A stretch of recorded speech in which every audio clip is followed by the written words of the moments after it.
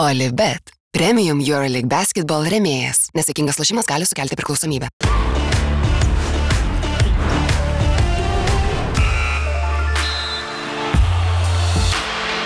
Viską dėl tavęs galiu gauti, Tomai. Ačiū.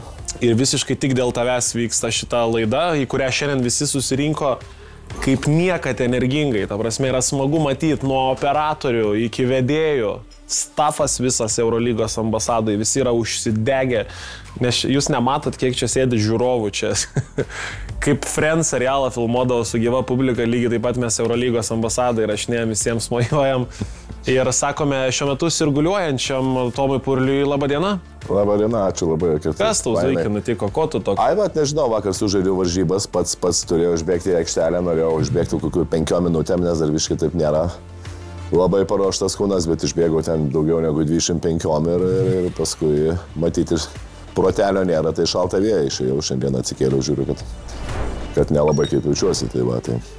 Kadangi vien dėl to, kad nepraras klaidos ir kad labai gerbiu jūsų visus 3, kuris dirba, nežinau, dieną naktį, tai vien dėl jūsų atėjau, nesvarbu gal. Visiškai iš patalo išlupom šiandien. Išlupot iš patalo, jo. Bet, žinai, tu nerizikuok taip, neįdamas į laidas, nes mes bet kada esam pasiruošę pakeisti tave. Vis dėlto Getsui nebedaug sezonų liko LKL. Braškanti čia ta vieta, žinok, yra. Aš žinau, bet tu matai, kad kiek Eurolygoje ir visur kitur tos braškančios kėdės duoda paskui gerų vaisių, tai vėlgi. Ir dar tu nežinojai, šitą laidą nuo kito sezono keliasi į Šiaulius, kad būtume arčiau Žydriaus. Mes tiesiog norim pilną sąstatą turėti. Ir sėdėsim šešies ir kalbėsim kelias valandas susėdę apie krepšinį. Žydrių ten neišės. Nu ką, pakalbam apie Eurolygos praėjusią 2 savaitę ir aš su giliu liūdėsiu noriu tavęs paklausti, kas yra Partizanui, nes, pavyzdžiui, šitas 2 turas, 2 pralaimėjimai, bet negali sakyti, kad kažkas ten nefunkcionavo labai stipriai, pavyzdžiui, Panteris, kaip niekad buvo efektyvus. Vienam mače 26 ir 28, tai taškai, kitam 22, bet net ir to nepakanka, 2 pralaimėjimai.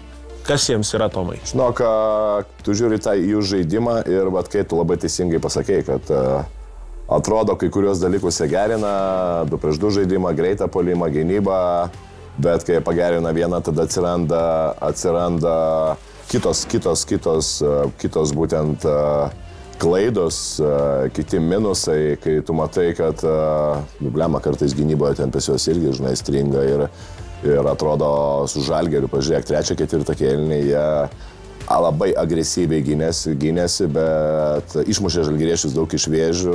Vienintelis Evansas, kuris tuo metu buvo įgalus žaisti 1 prieš 1, visus kitus tikrai pasiėmė labai stipriai, bet matom, kad kai kada tokia gynyba neveikia prieš komandas, kurių turi daugiau talento ir kurie turi daugiau žaidėjų, kurie žaistų 1 prieš 1. Ir tada matom, jeigu jie bando neduoti priimti kamuolį agresyviai, tai daug yra tokių prasileidimo gynyboje ir 1 prieš 1. Kitas dalykas, normalu, kad kažkas neveikia pas juos ir aš tik tai spėju, kad galimai galbūt ir komandos mikroklimatas nėra toks geras, kaip atrodytų galbūt.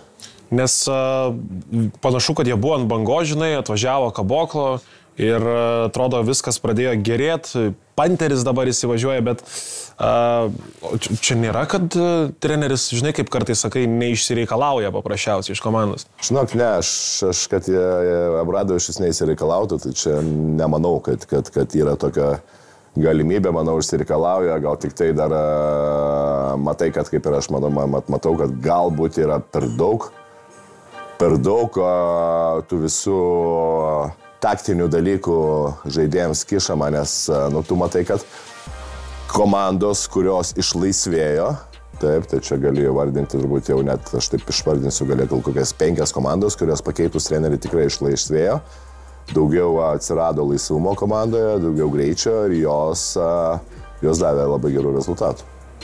Bet čia turbūt Partizanas ta komanda, kuri svarbiausia tą 10-tuką jiems išsikabinta, ne? Taip, tai ten paskui žiūrint, gerai, kad ir praeitą sezoną, tu ten vos neišėjai į finalinį ketvirtą per klaidą, galima sakyti, šį sezoną. Per iškirstą musą neišėjo. Tai...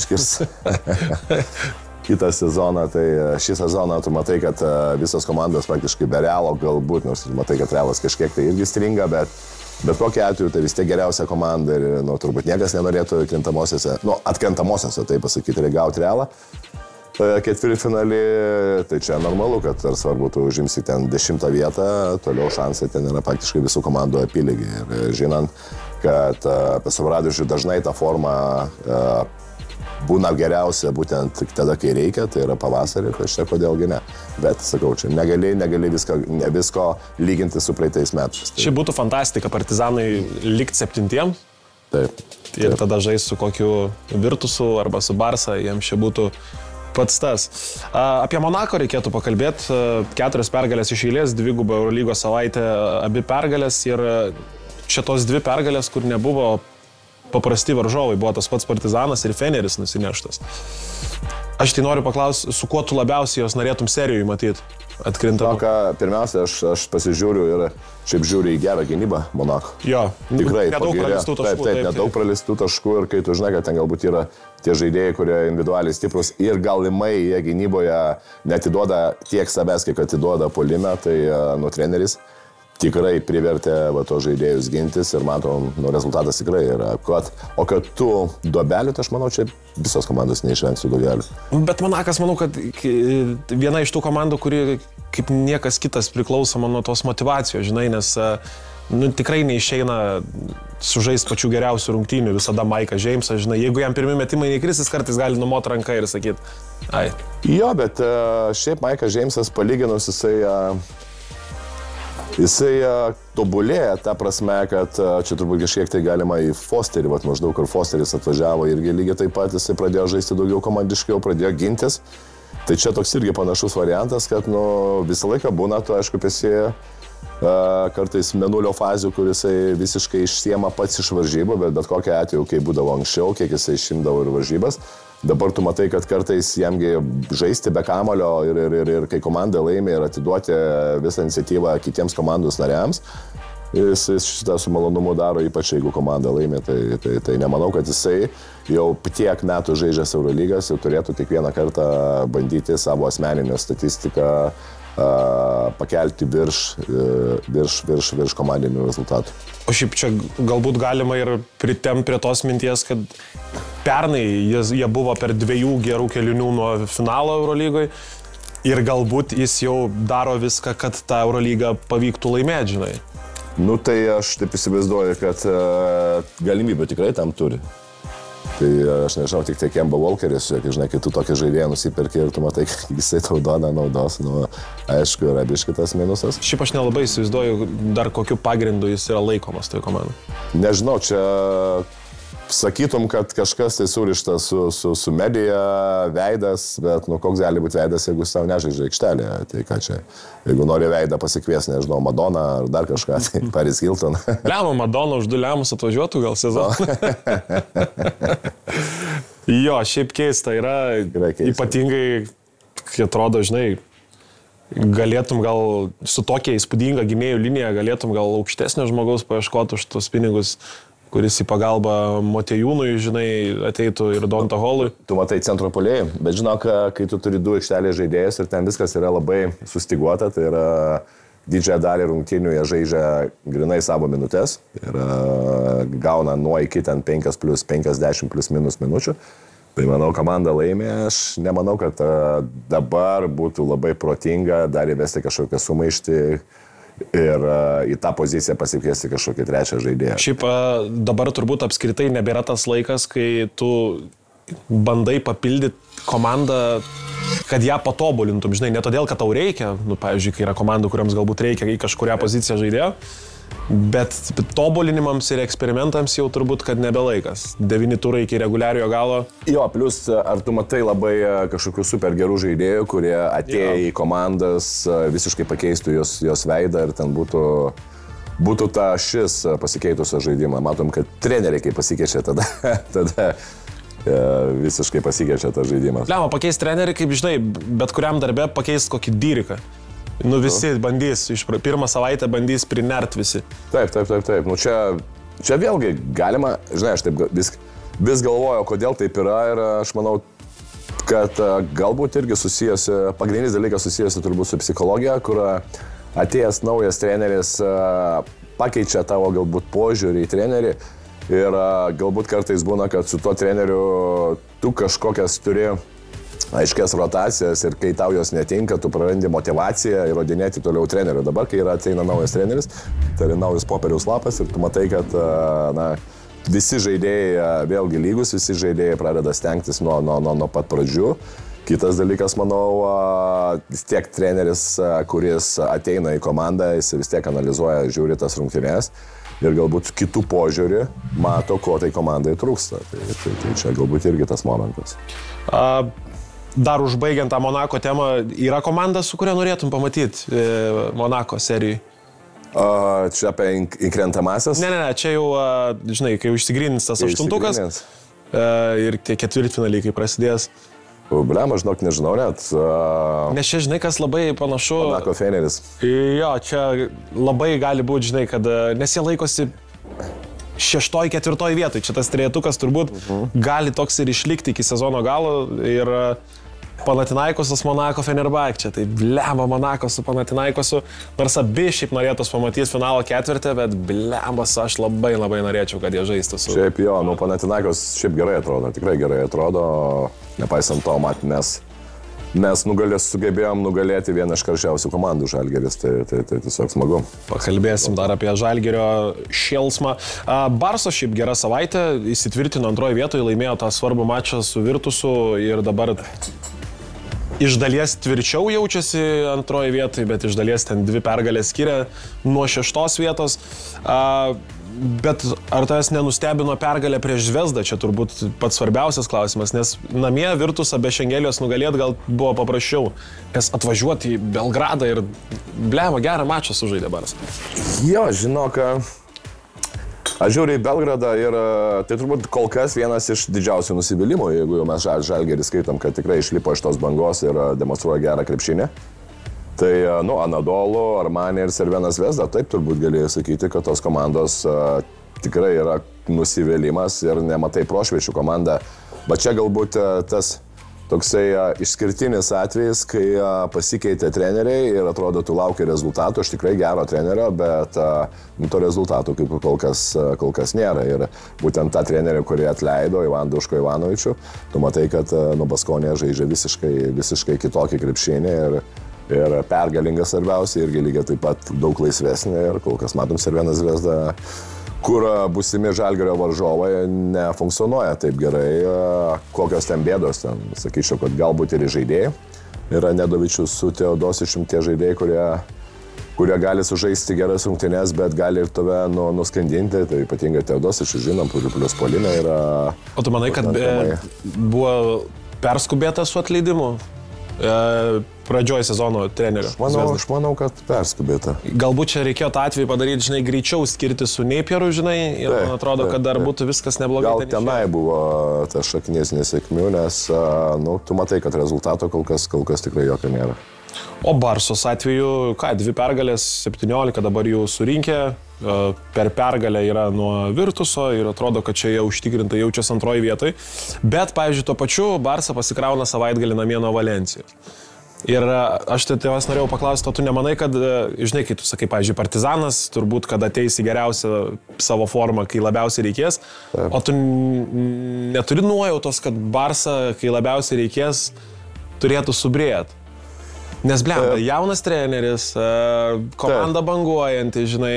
Matai, kai yra lemiamas momentas, dažnai taktikos nevaidmina labai didelio vaidmens. Taip, tu darai kažkokius ten variantus, bet vis tiek, kaip bebūtų treneriai šachmatai, nustebinti šachmatais yra svarbu. Tai labai dažnai būna tos kai gale rungtynės, tos situacijos 1-1, maždaug kaip pasakyčiau pavyzdį, tai yra kaip muša 11 metrų bulitus būtent futbolo žaidėjai, ir ten irgi galima sakyti, kad turi kiaušinius, šansų yra daugiau, tai va čia lygiai tas pats. Ypatingai gale, jeigu tu turi žaidėjus, kurie gerai žaidžia vienas prieš vieną, kurie nebijo imtis, kurie turi tam tikros praktikos būtent tokiuose rungtynėse, tai manau, kad jiems yra šansų tikrai daugiau. Tai ar būtent Barcelona turi, žinok, aš taip abejočiau šiaip, žinok, nemanau, kad Laprivitola, okei. Vat būtent, žinok, aš norėjau sakyti, kad taip žiūrint į Barso sudėtį,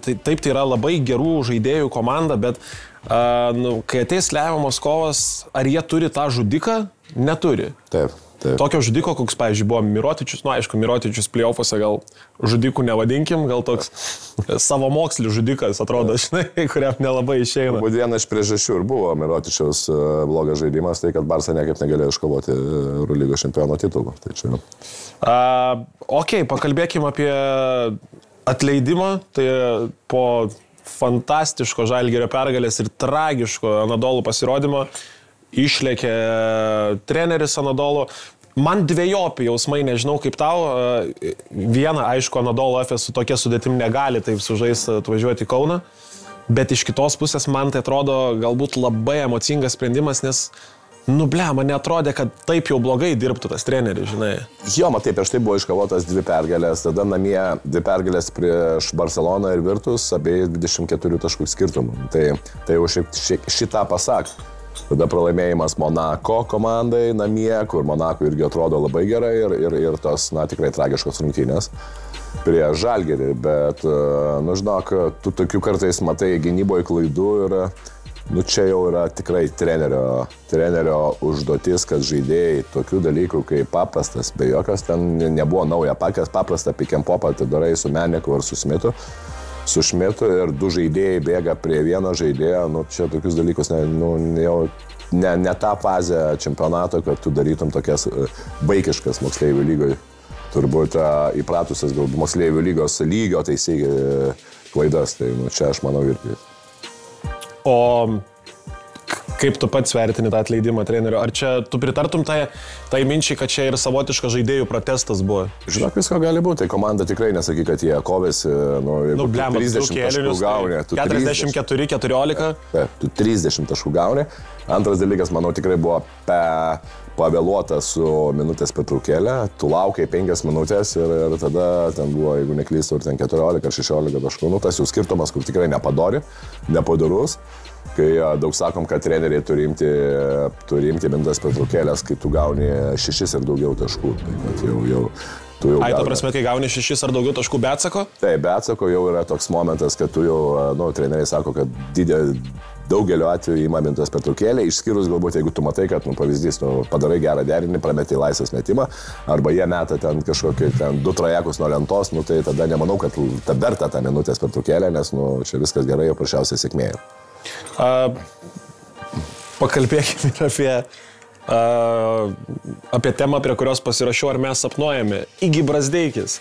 2 mačai po 11 taškų, Tomai, ar jau laikas atsimt žodžius? Blema, taip. Ne, žinai, mes atsimeni šnekėjom, kad jam tas bus sunkus pripratimas prie komandos, kuri labai gerai žaidžia be kamalio ir jo galbūt tas vien tik tai taškų rinkimas yra žaidimas 1-1, tai jeigu tu jau nusiperki Igną Brazdeikį ir tu matai, kad nepavyks jo įsivesti į sistemą tai tu tada bandyk kiek kitaip išnaudoti, duoti jam ten 1-1 tų situacijų ir kad jisai žaistų. Plius, aišku, buvo ir tos rungtynėse, kai sužaidė, buvo to ir komandinių veiksmų gerų, ne jam numetimų kamuoliuko, taip 1-1 kažkiek, gražu žiūrėti, man tai labai toksai jautrus dalykas, ypač dėl rinktinės, nes normalu, kad jeigu jisai šiek tiek to pasitikėjimo praras, žinai, maža ką, jis tikrai svarbus yra žaidėjas, bet jeigu dar kažkur tai bus, kad blogai ten žaidžiu ir man reikia poilsio ir taip toliau, tu gali būti blogai. Blema, jeigu jis pasakys, kad jam reikia poilsio, tai... Žiūrėk, jisai praeitais metais po rinktinės, iš karto, po Eurolygos sezoną, iš karto važiavo į savo tą vasaros stovyklą, ten kita buvo tokia vasaros, ne ta, kur pagrindinė, bet kita vasaros stovykla. Jisai tenai žaidė, grįžęs iš karto varė rinktinę, po rinktinės iš karto čia. Žinok, sorry, bet tikrai po tokio krūvio reikia poilsio. Ir reikia poilsio tikrai ne savaitę, bent kokias 2 savaitės tu turi pailsėti. Aišku, mes dažnai nurašom, žinai, kad jis mažai minučių žaidžia, bet vis tiek tai yra treniruotės, skrydžiai, kelionės, vietinės lygos, Eurolygos. Taip, apšilimas, tas pats per apšilimą irgi įsikraunė. Normalu, žinok, normalu, kad ją... Aš norėčiau šiaip pasirašyti su kokia komanda Eurolygos apšilimams, grinai. Apšilimas? Aš ten tuos pitakus daužyčiau, žinai. Malės. Muzikos pasiklausyčiau. Ar aš, ar Mitrolongas, alio? Ne, tai gerai. Gal vaibo, rūbiniai. Jo, visiškai. Su taim vaibas, kai tu nesi piktas, kai būni kartais piktas.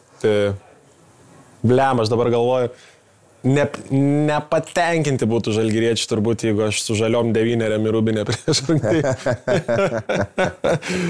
Kaip čia pavadinti dabar šitos Brazdeikio pasirodymus? Ar čia labiau atsitiktinumas? Nes mano pirma mintis, pagaliau, ir aš kažkaip manau, kad tai vis tiek yra geras žaidėjas, kuris negali taip prastai žaisti viso sezono. Taip, aš sutinku. Tai yra pirmas žyptelėjimas jo šitam sezonui. Matai, jisai, kaip pasakyti, jis yra tas žmogus, kur jis atrodo, ne, kad yra labai pasitikinti su savimi, bet visą tą povyzą, jo, žinai, amerikietišką. Žinai, kartais būna tas atvirkštinis variantas, kai tu kažkiek tai galbūt nepasitikė, tu bandai parodyti, žinai, koks aš esu krūtas, iš tikrųjų, žinai, dar matosi, kad jam dar reikia priprasti ir galų galia auginti savo skūrą tiek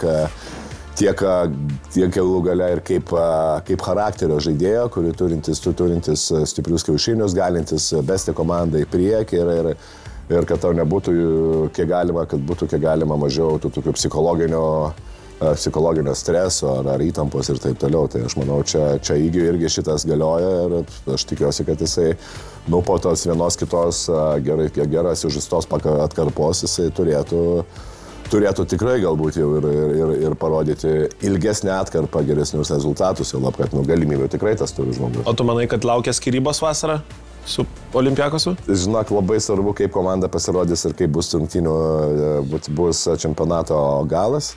Taip, sezono galas, kaip jisai atrodys, nes aš tai taip vis tiek, žiūrėčiau daugiau tą antrą pusę, tai yra vis tiek, matai, kad pirmoji komandoje nepasiteisino pačioj pradžioje, jeigu jisai tikrai užžais gerų porą varžybų, kodėlgi ne. Tai jeigu matai potencialą. Jeigu matai potencialą, kad tas žaidėjas gali kilti, jo, nors matėm, kad tas perėjimas į Olimpiakos buvo žingsnelis atgal jo karjeroje. Ir Žalgiris, žinai, ta sezono pradžia, iki kokių naujų metų, taip imkim mane, tai irgi neatrodė, kad wow žaidėjas bus. Reikia pakalbėti ir apie Madrido balaganą su Makabiu. Tiesiog šitas noriu rungtynės išskirti, nes... Teko žiūrėti. Treniruotės pobūdžio palakstymas, kuris, aišku, fantastiškai tinka Baldvinui. Toks, žinai, kur tu negauni per daug gynybos ten.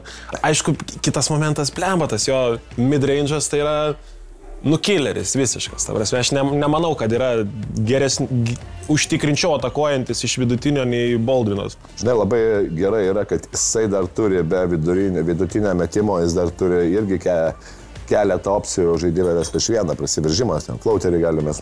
Tikrai žaidėjas, kuris jo, tas judesių visas arsenalas tikrai yra geram lygiai. Bet jo, varžybos buvo be gynybos, nors Real komanda matėm, kad neturėjo keletą žaidėjų, bet kokiu atveju, matai, kad iškovojo pergalę, bet tos kokybės. Aš prisimenu tas po 4 rungtynių, po 4 pratęsimo tą vykusią dvikovą Realo ir tu matai, kokia ten buvo kokybė, nepaisant didelio rezultato ir tu matai, kad čia komandas kažkiek tai yra duobelė, bet tu sakai, Barcelona pralaimėjo Valenciją, bet čia natūralu, turi 2 savaitę. Valencija irgi turi, bet Taip, Valencija irgi turi šiaip ginklų, žinai, tai bet kokia atveju yra Eurolygos komanda, žinai. Taip, tai skaityk, tu žaidži 3 Eurolygos rungtynės, žinai, su rimtais. Tai normalu, kad po truputį sakau, ir pradeda tie žaidėjai ir tas traumos vienas kitas, tu matai, kad iš to galbūt labai didelio krūvio, nes NBA yra NBA, žaidėjai tenai labai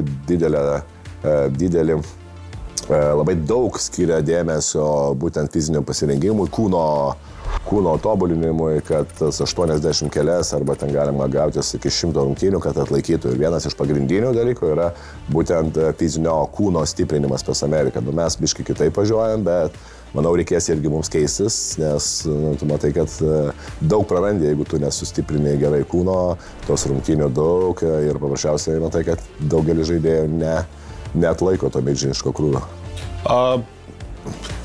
Apie Madridą dar baigiant, tai turbūt, kad čia, aš nemanau, kad čia yra duobė, aš manau, kad tai yra atleistas pedalas, nes laikyti jo paspaustą tiesiog nėra priežasties dabar. Tu vis tiek būsi pirmas. Taip. Tai kam? Tiesiog kam? Apie Valenciją noris pakalbėti, tiksliau apie vieną žaidėją. Ar tu manai, kad tai paskutinis Pangoso sezonas Eurolygoje? Žinok, tai ką dabar aš matau, tai... Nes aš žiūrėjau rungtynes paskutinės jų. Ne tiek, kiek, nežinau, nemalonu žiūrėti buvo, bet tiesiog buvo liūdna žiūrėti Keviną Pangosą. Lemba. Lemba, gaila žmogaus ir man atrodo, kad Milanas tiesiog palaidojo jo Eurolygos karjerą. Jo, bet žinai, iš žaidėjo, kuris buvo visiškai elitinis, po NBA sezono tu visiškai eini į apačią. Daug yra tokių žaidėjų, kurie po Eurolygos, po NBA sezono prasto, neturi galbūt motivacijos treniruotis papildomą laiką ir taip tu prarandi formą. Tai va, ir tas pats Macijauskas ir kiti, ten, jeigu tu esi jaunas žaidėjas, tai okei, ten tu ateini naktį, tu turi kažkokių dar ambicijų.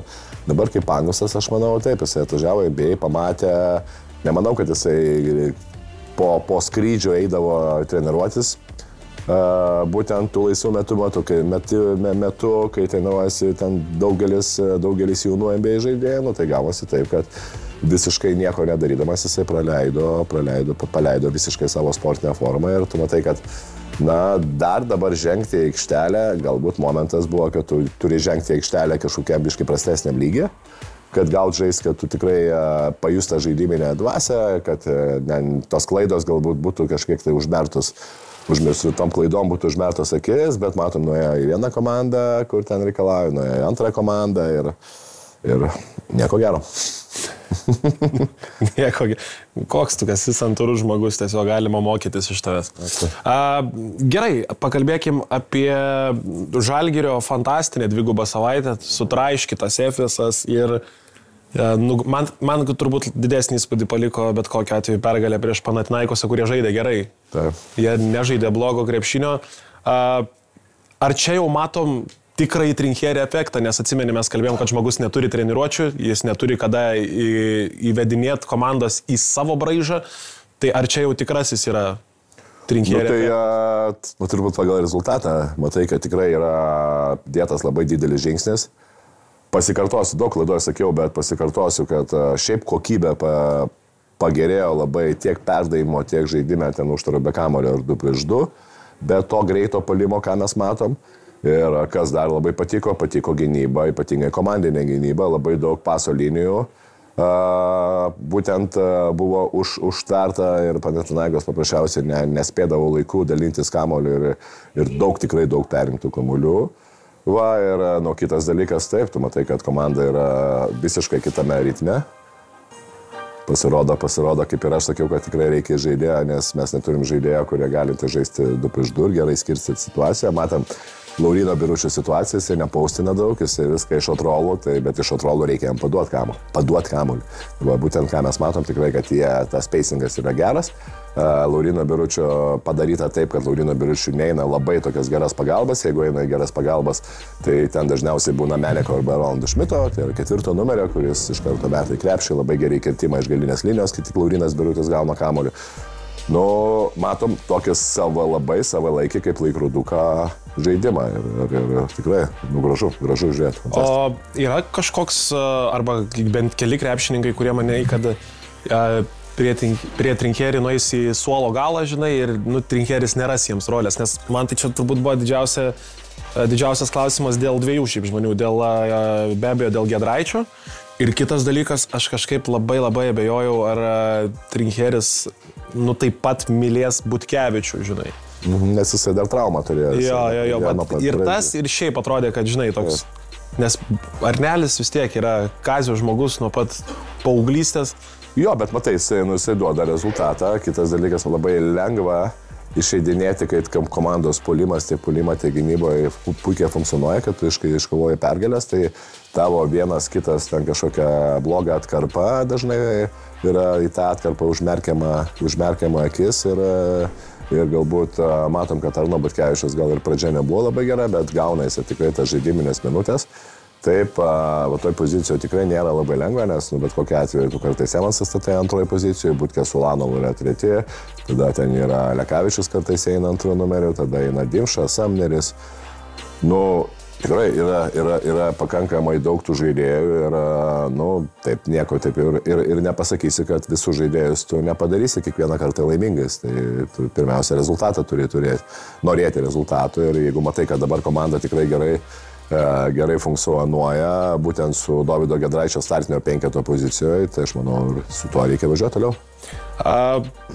Dabar laukia turas ir tada laukia pertrauka ir tada Eurolyga prasidės tik tai vasario 29 dieną. Kaip šiaip tos pertraukos komandoms, kaip tu manai, yra į naudą ar ne į naudą, nes turbūt vieniems į naudą, kitiems ne į naudą, ne? Škai teisingai, dažniausiai komandos, kurios turi labai daug traumų ir neturi didelės rotacijos, jos tikrai laukia kaip išganimo, kad žaidėjai kažkiek tai pailsėtų, atsipalaiduotų. Aš tu vieną irgi dalyką pasakysiu kažkada. Rimas Kurtinaitis, jeigu tu nepameni, ten su Kurtinaičiu, kai laimėjo čempionatą LKL ryto, tai jis iškrito iš Europos taurės. Ir visiems žaidėjams priverstinai buvo nupirkti bilietai į šiltus kraštus, ar ten Tenerife, ar ten Ispanija, vidury sezono. Ir atsimenu, buvo labai daug pasipiktinimo, bet jie atvažiavo. Jie galų gale prasivedino ne veidus, o galvas. Veidus, Veidus, gerai, nesuverbu. Ir tada būtent po to tu matai, kad buvo tikrai tas toksai kritimas į apačią komandos, bet pasiteisino, nes nugalėjo tada čempionatą, LKL čempionatą. Tai čia irgi tokia kaip pavyzdys, sakau, kad dažnai, kai tu turi labai daug rungtynių, kartais persikrauti yra labai svarbu. Blem, aš manau, kad čia viena iš tų komandų, kam tikrai bus labai nauda, tai bus Virtusas. Taip, nes traumų, ne tik dėl traumų, dėl to, kad tai yra bet kokia atveju ir veteranų komanda. Taip, čia dar atkartum, tai labai teisingai paminėjai. Tai yra priklausomai nuo tavo amžiaus, jeigu yra jau žaidėjai su patirtim ir tu matai, kad ten didžioji dalis žaidėjų, kurie žaidžia daug minučių, jie matom, kad fiziškai pasilpnėja ir matom vis tiek tas testus daromas praktiškai kiekvieną savaitę arba kas antrą savaitę tavo parodo tavo kūno testą, žodžiu, kaip tu atrodai ir taip toliau, ir paskui ką matai, žinai. Milošas galės sau leisti keletą alaus daugiau. Jo, Milošas. Įprastai po treniruotės, žinai. Gerai, tai pakalbam apie laukiantį 26 turą ir tada mūsų lauks pertrauka, pertraukos metu mes čia bet ką kalbėsim. Iš tikrųjų, netgi video būdu turėsim Martyną Gecevičių. Tai... Oho. Čia aš pats sugalvoju. Gerai, šiaip fainai atsidaro turas vasario 8 Anadolų su Makabiu. Dabar visi šaunus Anadolų žaidėjai, visi pasitempę, visi su nuotaikom, visi stengiasi. Ir man atrodo, ant tos bangos aš kažkaip esu įsitikinęs, kad jie neturės daug vargo su Makabiu, nors tai bet kokiu atveju nelabai prognozuojama komanda. Anadolų, kad laimės? Jo. Okay. Nes dabar žiūriu į tai, kaip žaidžia Makabis, tai pralošė Baskam, pralošė Realui, laimėjo prieš Panathinaikosą dėl kažko, tada nuo Olympiakoso gavo nuo Partizano, žodžiu, va taip. Jo, Makabi irgi bangoja šiaip, kaip sužaidė rungtynės su Žalgiriu, nors galbūt ir Žalgiris nesužaidė labai kokybiškai, šiaip ypatingai Kaune, dar rungtynės bus Belgrade, jų namų arenoje, o čia aš manau taip, bus labai įdomu. Būtent po atleidimo antros rungtynės trenerio, kaip jisai vis tiek turės daugiau laiko, ką jisai naujovės ir taip toliau. O aš taip įsivaizduoju, kad naujo per daug neįvėrinės, bus kažkiek tai galbūt gynybos sustiguota ir paleista žaidimas ant pagrindinių žaidėjų, Larkino turbūt ir Klaiburno. Laukia dar iš dalies įdomus mačas, Realas žais su Milano Olimpija. Būsiu per anksti pagyręs Mirotičių. Neatrodė įspūdingai savo sugrįžimo rungtynėse. Bet kokiu atveju namie, kodėlgi nepabandžius dabartinio Realo nugalėti, žinai, kuriems nesvarbu iš tikrųjų, kam jie dabar praloš. Aš žinok, kiekvieną kartą, kai žiūriu, kas laimės, aš visą laiką pliusiuką dedu prie Armani. Ir vis kiekvieną kartą nuregu ir galvoju, kad tai yra komanda, kuri tikrai turėtų pagaliau įlysti iš dugno, nes žaidėjai šiaip yra, wow. Taip, absoliučiai. Šilzas, Mirotičius, tai yra galėtum turbūt vos neįdusti. 10 maks žaidėjų tikrai. Tai prasme, geriausių žaidėjus, manau, kad tikrai, bet kol kas to žaidimo nėra. Ir, nežinau, aš taip vis dėlto, tu matai, kad per Žalgirį tikrai yra kažkokios tokios, ne šiokios tokios, ar labai pasikeitimų, gerų pasikeitimų Armani, kol kas absoliučiai nėra. Nors tikiu vis dėlto Armani, kad jie gali kažką taip nuveikti dar. Armani atrodo, kad bando mest gert, bet vis prisigeria kiekvieną vakarą, žinai. Va taip atrodo žaidimas tikrai, nes, kažkokie prošvaisė, pavyzdžiui, žiūri į Armani, jie atrodo, tarkim, nusima Barsą namie, blemba, nuėmė antros vietos komandą, bam, viskas nuvažiuoja į Graikiją. Nesakau, kad turi laimėti, bet pralošti įmes 62 taškus atvažiavus. Tai... Jo, ar tu taip, tu save tapatini su būtent Armani komanda? Mane vadina Armani draugai. Šiaip laukia įdomios rungtynės.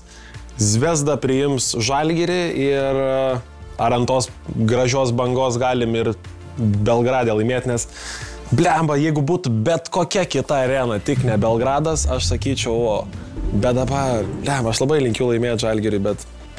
Bet kodėl ne? Nedavičius sužaidė geras varžybas, daug šansų, kad sužais prastas. Teodosičius žaidžia prastas, daug šansų, kad jis sužais geras, bet tu gali drąsiai atakuoti. Ir atakuoti, manau, ne ieškant ten kažkokių ten mismečių nugarai krepšio, šiaip be jokio derinio, be nieko. Kievansas paimti žaisti vienas prieš vieną plačiai prisirės. Tikrai jis labai tas gynėjas yra prastas. Tai, sugalvosiu, koks sužais istorinės karjeros rungtynės iš Zvezdos, tuoj palau. Adamas Hanga irgi taip pat. Jo, bus arba Hanga, arba Bolombojus. Jo. Nuo 20 taškų, manau. Taip, Hanga 28% tritaškai niekada jis neblizgėjo, bet... Tai bus dabar kokie 6 iš 8. Matai, kas yra vis taip, kad tu sakai... Matai, kada mes neturim žaidėjų, tokių, šiaip labai jau ten talentingų, kurie vienas prieš vieną gerai gintusi. Galbūt, turime manyti, kad yra tų žaidėjų, kurie vienas prieš vieną galbūt yra prastesni, kad mes gynėjus turim. Aš taip sakau, bet turim. Būtkė turim Dovydą Gedraitį, bet bendrai kontekste. Tai vienas prieš vieną tikrai mus daug kas būdavo, kad tikrai durdavo, dabar ta situacija geriau, bet normaliai, kad reikia kažkur tai rizikuoti. Ir mes kartais rizikuojam ant tų prastesnių žaidėjų, o būna dažnai, kad tie vis dėlto iššauna, nes tie prastesni žaidėjai tikrai nėra tokie grybai, kaip atrodo. Tai va čia yra gal bėda, bet aš sakyčiau, kad vėlgi gera situacija. Roko Gedraičio irgi ten paskutinės nesužaidė. Yra ten tų žaidėjų, bet kas yra kaip ir galbūt ir toks pliusas Žalgiriui, kad tikrai nėra tų labai tokių individualiai stiprių žaidėjų, tokių, kai mes žaidėm prieš keletą paskutinių turų. Blemba, dar reikia apie 2 rungtynės pakalbėti ir galėsim išbaigti Panathinaikose su Fenerbahče, man čia asmeniškai turo rungtynės. Ir čia tiesiogiai komandos pešasi dėl 4-6 vietos, tai kam prognozuojam pergalę, nes aš esu kažkodėl labai įsitikinęs, kad čia Fenerbahče atvažiuos ir parodys, kaip žaidžiamas krepšinis yra. Aš irgi lygiai taip pat. Moka Šaras žaisti prieš Atamaną, nors Barsai pralošinėdavo, kartais apmaudžiai pralošinėdavo, bet aš prognozuoju, kad čia bus pirmas Atamano išvarimas, nes Atamanas dar nebuvo išvarytas šiemet, ne? Wow, tai čia yra kažkaip neduoda jis to čaržo Eurolygą, jis tam ir yra. Absoliučiai, nesuprantu, jokio šou Panathinaikose, žinai. Jo, sunkiai. Šiaip žinok, aš irgi esu kaip daugiau šansų vis dėlto, manau, turi Fenerbahče komanda, bet žinai, bus vėlgi labai tie mačai, tu matai, kad tikrai ne tik tai yra šiokia tokia derbėje, ne tarp galbūt miesto, tarp trenerių, tarp kokių žaidėjų ir taip toliau, bet tu matai, kad ir turnyrinė lentelė, kiekvienas tos rungtynės tikrai vaidina labai svarbu vaidmenį, jeigu tu nori išvengti play-offuose būtent išvykos rungtynių su vis tiek potencialiai geresnė komanda. Ir paskutinės rungtynės, kurio aš nebejotinai nežiūrėsiu, Virtusas su Monako, jie gal ne tiek, kiek dėl įdomumo, bet turnyrinė prasme tai yra labai svarbios rungtynės, ypatingai Virtusui, nes jeigu jie čia pralošia, tai jie susilygins bent su 2 komandom. Tai Monakui Nežinau, aš labai būsiu nustebęs, jeigu jie neras motivacijos šitoms rungtynėms. Manau, kad tikrai ras ir čia aš irgi prognozuoju vis dėlto Monako komandos pergalę, kaip bebūtų. Nu ir viskas. Ir mes atsisveikinam, mūsų gyvenimo būdo laida apie Dakaro ralį ką tik baigėsi, tai čia buvo Eurolygos ambasada. Like, subscribe, pasiekit Tomą Purlį, ateikit į asmeninės įgūdžių treniruotės, kurios girdėjau, kad ganėtinai prastas yra ir iki kitų susitikimų. Ačiū tau, tu geras reklamininkas. Olibet. Premium EuroLeague Basketball rėmėjas. Nesėkmingas lošimas gali sukelti priklausomybę.